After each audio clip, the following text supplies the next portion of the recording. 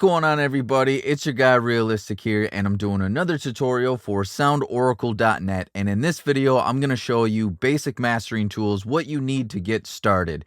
But first, before we get into that, if you haven't already, be sure to subscribe to our YouTube page. That way you can stay up to date with videos and tutorials just like this one, and you'll get tips and tricks directly in your mobile feed. Also, Oracle and I do have a brand new online course on mastering called The Art of Mastering, with over 75 videos and 9 hours worth of professional mastering techniques. So I'll put the link in the description below. So let's start diving into these basic tools that you're going to need for mastering. But first, just a little disclaimer here, because I know I'm going to be having some engineer snobs and some know-it-alls in the comment section that are going to be triggered by the fact that we're just doing some basic tools here. So I want to start out by saying I love stuff like linear phase EQ. I love to apply oversampling. I'm big on imagers and soft clipping and low end focus.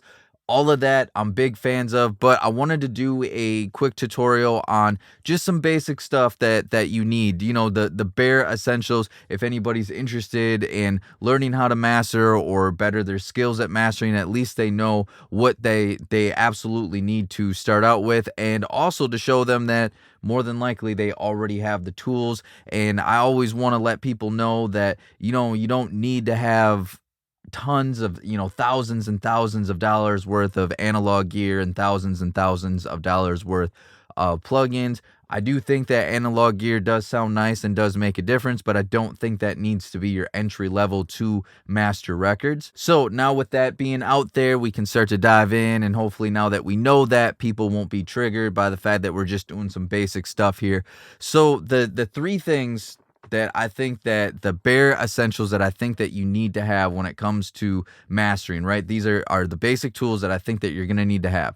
One is a limiter, right? It makes a lot of sense that we have a limiter. The other one here is a bus compressor. I think that we need some type of bus compression in there. And then the last one here is an EQ here, right? I think those are the three tools that we're absolutely going to need when it comes to mastering, right? We're going to need something to kind of, you know, control the dynamics a little bit here and glue things together. We're going to need some stuff to be able to polish or enhance some areas, and then a limiter to bring up the overall volume while limiting the maximum output there. Now, I will add in a fourth one, and if this wasn't available as a free plugin, I wouldn't have actually put it on the list, because I do want to keep this list to just things that are available to you no matter what you have, even if all you have is stock plugins. But the last one is, I think a LUFS meter is really important. If you have Pro L2 by FabFilter, you already do have a LUFS meter here built in there. But if you don't, if you're just using, like, if you're in Ableton or Logic or Fruity Loops, and all you have is the stock limiter, don't worry. There is this LUFS meter here called U-Lean loudness meter here. So I'll put a link in the description below for you to be able to get your hands on this. Like I said, it's free, so it's no cost at all to you. So those would be the basic tools that you need to have. As far as additional ones in our course, The Art of Mastering, we go over everything that you're going to need to know. I mean, we touch on things like soft clippers. We go over the whole ozone chain here and talk about exciters and imagers and low end focus. And we even go over multi-band compression, and we just go over a bunch of different tools. We go over codecs and stuff like that, and different formats. Those are all things that we go over in The Art of Mastering. But again, this is just kind of our basic things that we need to have to start out with. So what I'll do here is I'll kind of just show you how to use a little bit of each one here. So what we'll do here is I usually like to, you know, get our overall volume up. I know some people like to do it, you know, the other way, where they apply this last and get everything going. But I actually like to hear how the changes are going to sound after it's louder, because that's going to be the final version that people hear. So it's just, to me, it makes more sense that, you know, I can EQ and compress into the limiter, since that's going to be the final result anyway. So basically here, what we're going to do, you know, we just kind of raise the overall volume up here. No rush, no worries, no problem, so fresh. And then on this plugin here, it's called the output, but on most limiters is going to be called the ceiling here. So this just kind of sets our maximum output here. And this is, I have this here set at -1 dB. That's normally where I set it, just because when I went on Spotify's artist page, they recommend that there's 1 dB of headroom, so that's just why I set this to 1 dB of headroom, since the final version of this is going to be streaming anyways. And then we have a release control right here, and this basically just sets how fast the limiting will stop after the signal falls below the actual ceiling here. We got with shorter times, we'll get a louder, punchier sound, and with longer release times, we're going to be able to have a cleaner sound, less chance of distortion. Now, most limiters don't actually have an attack parameter, but this one does, so I'll just kind of tell you what that does here. The attack parameter works with the release. It's not like a compressor. We're used to seeing attack and release where they're independent of each other, but on this one, the attack actually works with the release here, and it just kind of sets how fast the release behavior will set in. And the last thing that we have here is the look ahead. It basically just tells the limiter here how fast to respond to sudden peaks. The further that we, the longer that we set this up, the further in the future that the limiter can look ahead, and then be able to, make kind of predictions of what's going to be able to happen. And so with longer look ahead times, we can actually get a cleaner sound, but with shorter ones, again, we can get a louder sound. So it's just kind of always a give and take of, we can get louder going this way, same with the release, or, if we go the other way, not as loud, but we get a cleaner sound. We also have true peak limiting here. Again, not all limiters have this, but it is really nice to have. This just ensures that the peaks will match the output when it's converted to analog. And then also oversampling. I'm big on oversampling. We won't dive too much into that because I just want to keep this to basic things. But oversampling, what that will do is it will reduce aliasing. Aliasing is a bad unwanted distortion that gives unwanted artifacts that we don't want to deal with. Okay, so let's kind of dial in some things here. No rush, no worries, no problem. So fresh, so fly, so poppin'. Moving quick, fast, baby, hold on. A lot of pain, I know you wanna close the door on. You paint the bright sky like a Van Gogh, and play my heartstrings like a banjo. Shots, baby, shots like you're using up the ammo. No rush, no worries, no problem. So fresh, so fly, so poppin'. Moving quick, fast, baby, hold on. A lot of pain, I know you wanna close the door on. You paint the bright sky like a Van Gogh, and play. All right, next thing here is I kind of want to dial in some bus compression. And as far as kind of what I'm doing, as far as the chain goes, I start with bus compression. I got some other things in my chain, but just off the basic tools that we're going with is I'll go bus compression, EQ, and then the final absolute last thing I have is a limiter here, right? That's the chain if we're just going off of the actual basic tools. I do have, like I said, a lot of things in between, but you can see that more in the art of mastering here. So what I'll do is here is, now that we got a volume set here for our limiter, I'll go to the actual bus compressor here, and we'll dial in some settings here.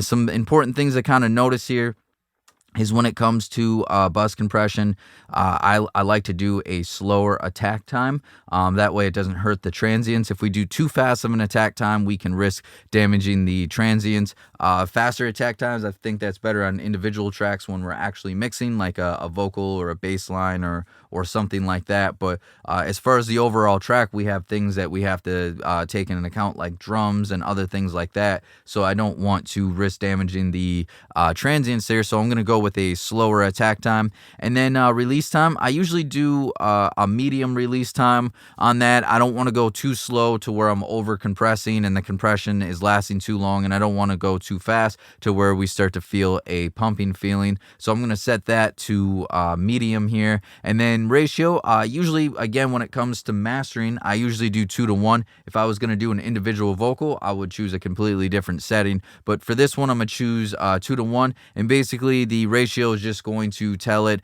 the amount of dB going in versus the amount of dB going out. That's where we get the ratio 2-to-1. So when we have this set to 2-to-1, for every 2 dB of audio that's going into the compressor, we have 1 dB that's going to exit the actual compressor here. Same with 4-to-1. If we were to set that, there would be 4-to-1 going in, and then 1 dB. It would be 4 dB going in, and then 1 dB going out of it. So I usually set that to 2-to-1.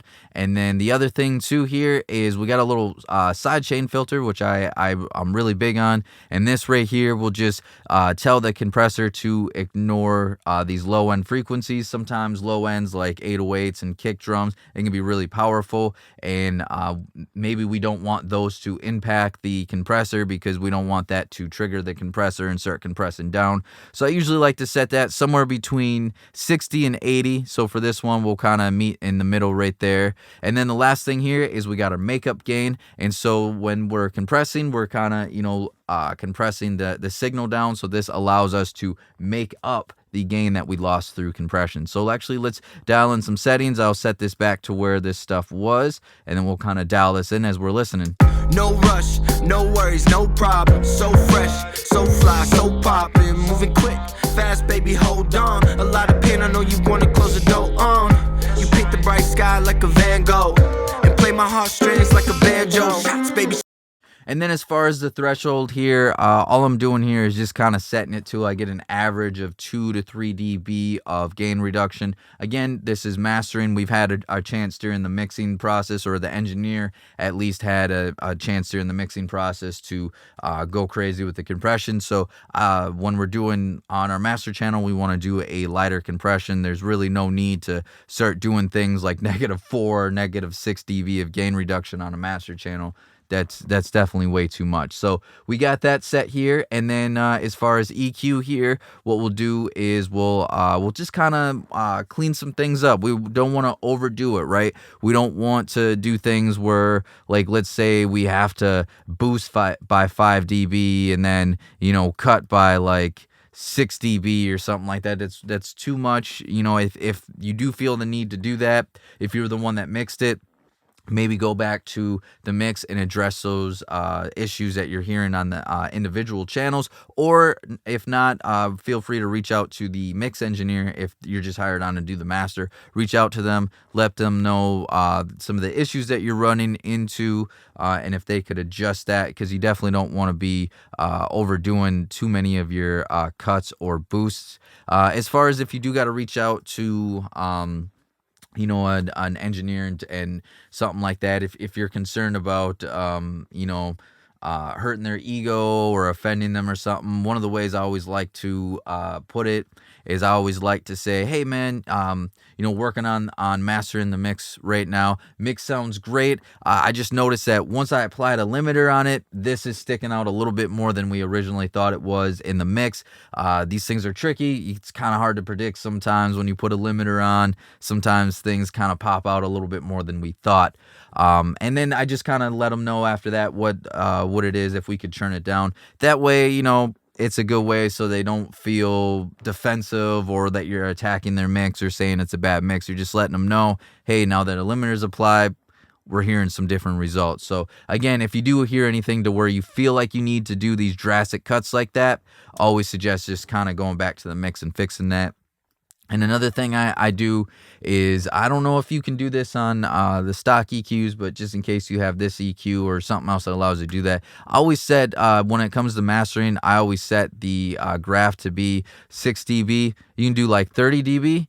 And the thing is look at this. This doesn't look like a big cut, but because it's shrunk down.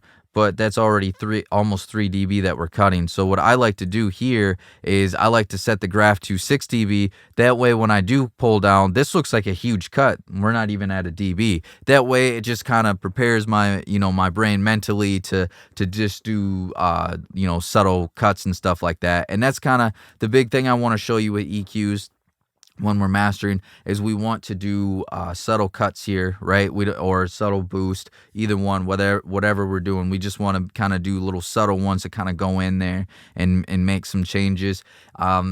a few things, and it's not a necessity. We'll keep this to basic, but if you do have, because I know like Ableton's EQ8 I know has mid-side capability, so I'm really big on mid-side EQ when it comes to mastering, because it can really give you a lot more control. Mid allows you to control everything that's just going right down the center of the mix, and then side is everything that's on the sides, the stereo field, the left and right channels of things that are panned, so then we can control those separately. Another thing I'm really big on is dynamic EQ. Unfortunately, I don't think there's any stock plugins that really allow you to do dynamic EQ, but basically what dynamic EQ is it allows you to be able to EQ and compress just an actual specific frequency that you're working on. So for instance, this one here, we're at about 3,000. I know it's not exact, we don't need to be exact technical on that,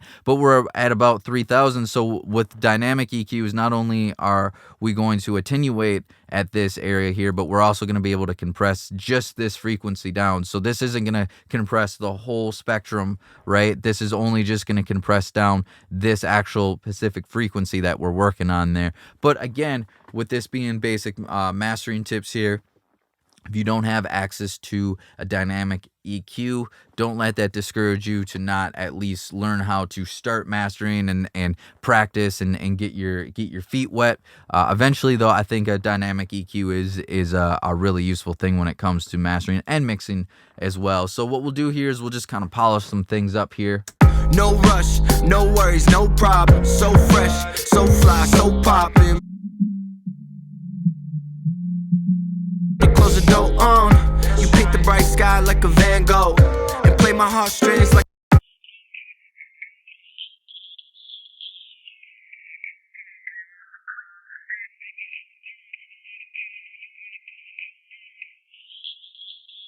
Van Gogh and play my heartstrings like a band, baby. No rush, no worries, no problem. So fresh, so fly, so poppin'. Moving quick, fast, baby, hold on. A lot of pain, I know you wanna close the door on.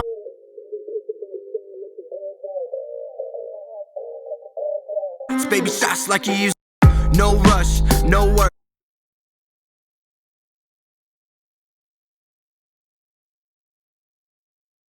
Wanna close the door on.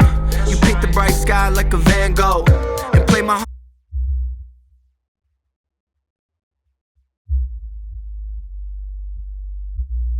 so fly, so poppin', moving quick, fast, baby, hold on. A lot of pain, I know you wanna close the door on.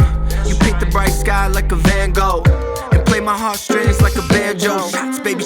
Cool, and you see we didn't really make too many changes right there. I just kind of, cleaned some areas up that kind of had a little resonant bump there, and we definitely get more into what all of that means in our new course, The Art of Mastering, and some areas too where there might have been some harshness and some low-end buildup there, and then I just kind of boosted a little bit in the sub area. I felt like that could have used a little more body, kind of enhance the sides of the high-end frequency just to kind of add a little bit of perceived loudness. And then you can see I already had just a little bit of a cut in here, and this low cut here is just at 20 hertz here, just to kind of get rid of some low-end rumble. And then I always usually do a side cut with a high pass filter just to cut off the low end of the sides that we don't necessarily need, because usually kicks and 808s, there's not too much side information in that lower end area right there.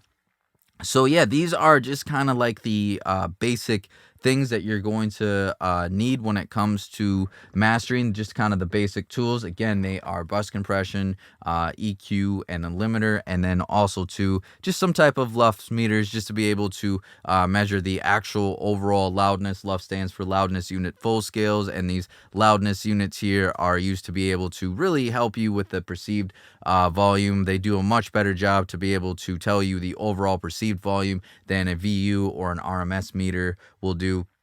And so that's just kind of why they use that for both broadcasting and streaming these days. And so we have full video on kind of what to shoot for when it comes to LUFS. We actually have a video called LUFS Explained. So if you want to know more about LUFS, I actually have a video that you can click on at the top of the video. I'll also put it in the description below in case you want to know more about LUFS and how they work and also we go over what to shoot for, right, and how to be able to achieve that. As far as like little bonus things that if you have the tools, I would say other things that I think would probably be important would be multi-band compression right here, to just be able to compress individual frequency areas by themselves instead of the whole area. And then also some type of saturation that can definitely help with the overall perceived loudness, to be able to just kind of add a little bit more energy and trick the ear into thinking that it's louder. So those would be two additional bonus basic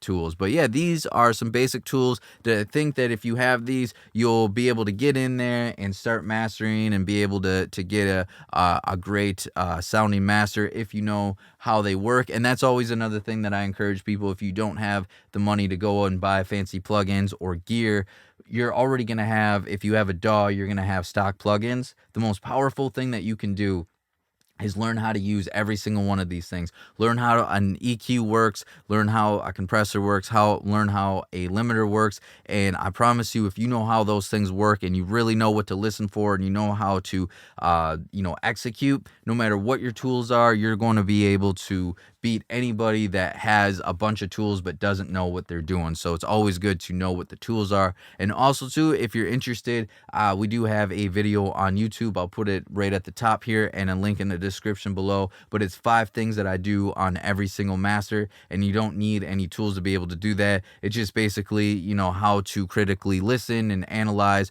what you're going through, things as far as watching an analyzer and stuff like that. So these are all things that you can apply regardless of what your stuff is. So again, I'll have that at the top of the screen right there. And hopefully this helps out. Again, if you haven't already, be sure to subscribe to our YouTube channel so you can stay up to date with videos like this. Also, hit that like button if you found this useful, because it really does go a long way to help the algorithm. And we do have that new online course, The Art of Mastering. I'll have that in the link in the description below. So until next time. Hey, thanks for watching. Be sure to subscribe to our channel right here so you can stay up to date with our latest videos on mixing, mastering, and production. And you can also check out some of our suggested videos here, and here. And of course, if you're looking for premium loops and samples, we got the best on the market. You can check out soundoracle.net. We got plenty to choose from.